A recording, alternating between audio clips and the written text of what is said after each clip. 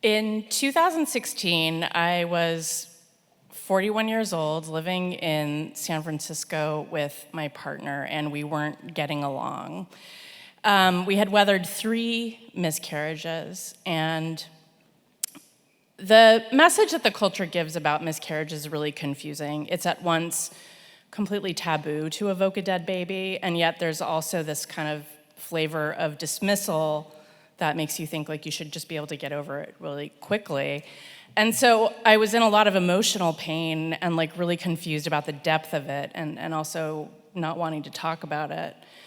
One of the things I did to feel better was go see a hypnotherapist, and she offered to provide this healing visualization for me. So I go, and it's all very relaxing. It's like in this very dark room, and she's guiding me through all of these relaxing things until she prompts me to imagine a healing chamber and like a room that I can put myself in. And what comes to mind is me naked, prone, and there's a woman behind me flogging me.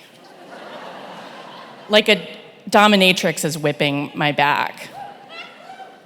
So at the end of the session, I'm really confused and embarrassed, and I don't tell her about it. And I'm thinking like, okay, I'm already in a lot of pain, and if the answer to this pain is to hire someone to inflict more pain, like, okay.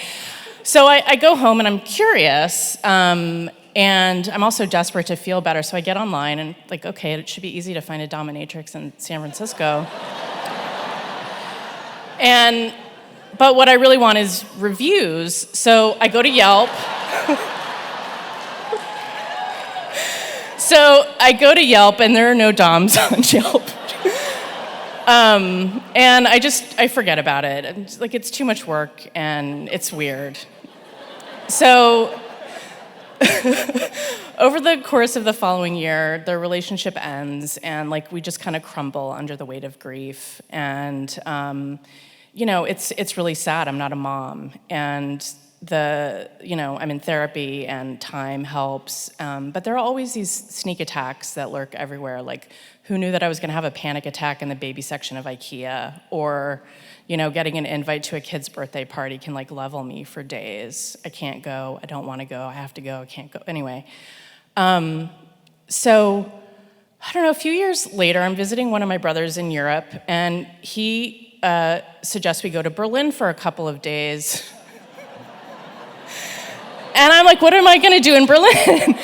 And I think like, oh, well, yeah, it's a really sexually open place. Like, if you're going to do the thing, this is the place to do it. But, so I don't tell him about this. This is all, like my own pervy hypnosis is private still. And so I get online and I find a dominatrix with reviews. And what's great is that she's actually like a sex educator, and she likes to work with women who are shut down and to help them. So I email her, and I explain my trauma and my sadnesses, and ask her like if this kind of work might be helpful. And she says, yes, absolutely. This is very courageous work. I would be happy to help you with this.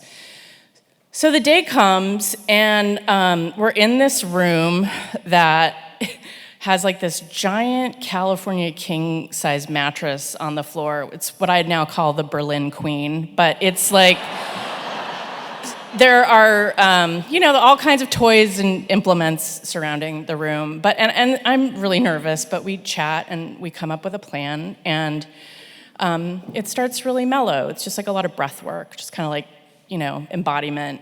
And then she starts to kind of move my limbs around, and it feels sort of like Thai massage, like someone doing yoga to your body.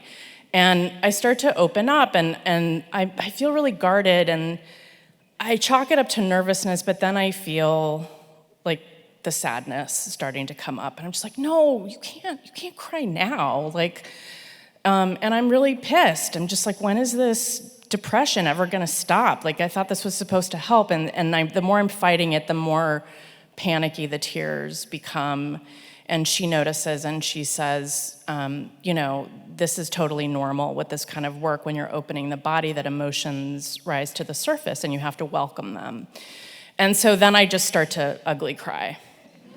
And what happens next is really remarkable, and I really learned the value of like somatic, body work in terms of learning how to metabolize emotion.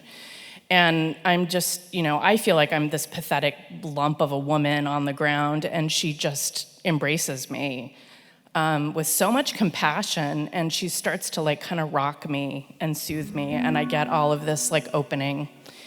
And it's remarkable. I start to feel this feeling I haven't felt in a really long time. I start to feel safe in my body, and with that safety comes relief. And at the end, I'm just in awe of how at peace I am. And I tell her, ever the overachiever, I was like still really curious about this vision that I had that led me to her. And I was like, well, but I mean, like if we did more, like the pain and the stuff, and would it be better? Would I heal faster, more, better? And she just cuts me off. And she says words that I would never expect to hear coming out of the mouth of a dominatrix. She says, I don't think the answer to your pain is more pain. And in that moment, I knew that I had received this big gift. And I go home, return from the trip, and I end up adopting a dog and then another dog.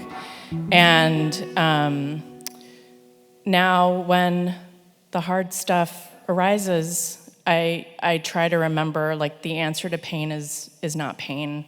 The answer to pain is listening. Thank you.